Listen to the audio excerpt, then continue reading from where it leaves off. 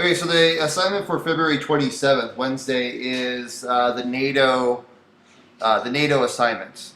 And the NATO assignment, first of all, you need to read about the history of NATO, and there's a link right here on the history of NATO. It'll take you to this website. It's the North American Treaty Organization, and it was established to create allies against the threat of communism in the world.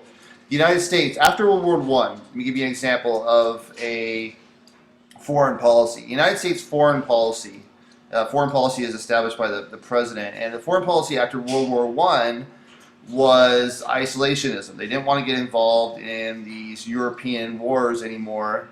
And again, I've talked about this before, because they were isolationists, that we were just focusing on the United States. While we were focusing on ourselves, Hitler was spreading across Europe. So they didn't want to make that mistake again. So what they did was, the foreign policy after World War II, they learned from their mistakes, and they established a foreign policy after World War II that was to contain communism around the world. They didn't want communism to spread around the world. They didn't want the Soviet Union to influence other countries to become communist, and to make democratic countries communist. So they wanted to contain.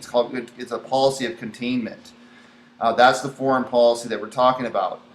So along with that, they create NATO. NATO, the North American Treaty Organization. NATO wanted to stop the spread of communism, and it also, established that if one country in NATO was attacked, that meant that all of them were attacked, and they would all go to war against whatever country. So it was a safeguard against Soviet aggression, the Soviet Union aggression.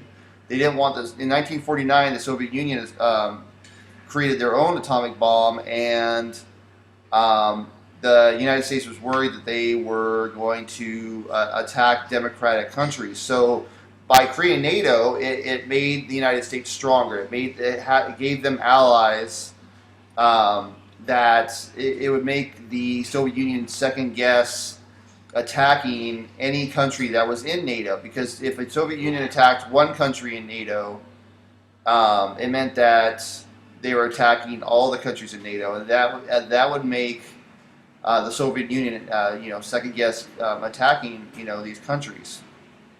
So that's what NATO is. In the assignments, you're first going to read the NATO history, what NATO was. It's going to talk more about what I just talked about in that page right there.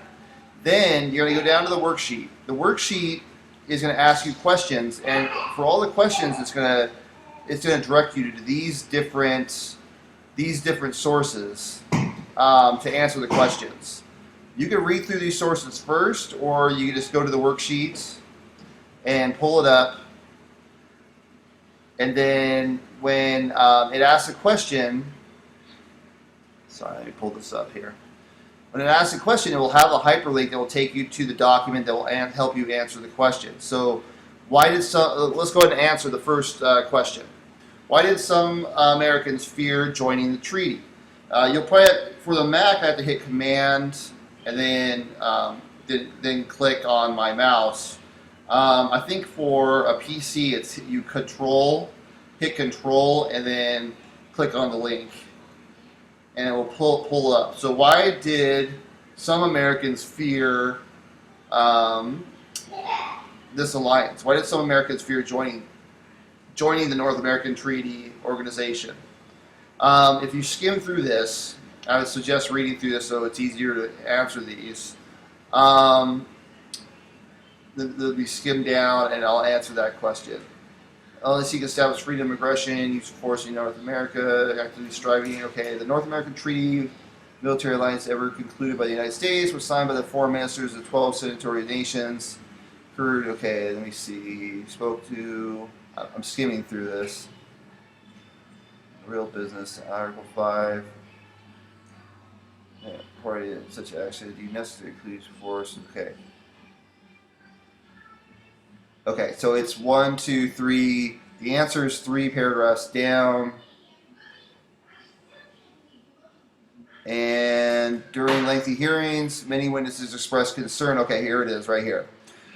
During lengthy hearings, when they're trying to decide whether or not they're going to sign the North Atlantic Treaty, Lengthy hearings before the Senate Relations Committee, many witnesses expressed concern and dismay at the prospect that the United States would abandon a tradition of non-entanglement, that's isolationism, with Europe that was as old as a republic, and others worried that the proposed military alliance would conflict with the purposes of the United Nations.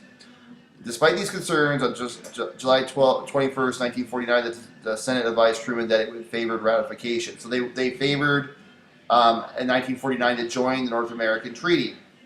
So the answer right here is they had concern because the United Nations, since the United States was formed, the United States had a policy of not signing treaties with Europe to get involved in European wars. We always ended up fighting in those wars anyways, in World War I and World War II.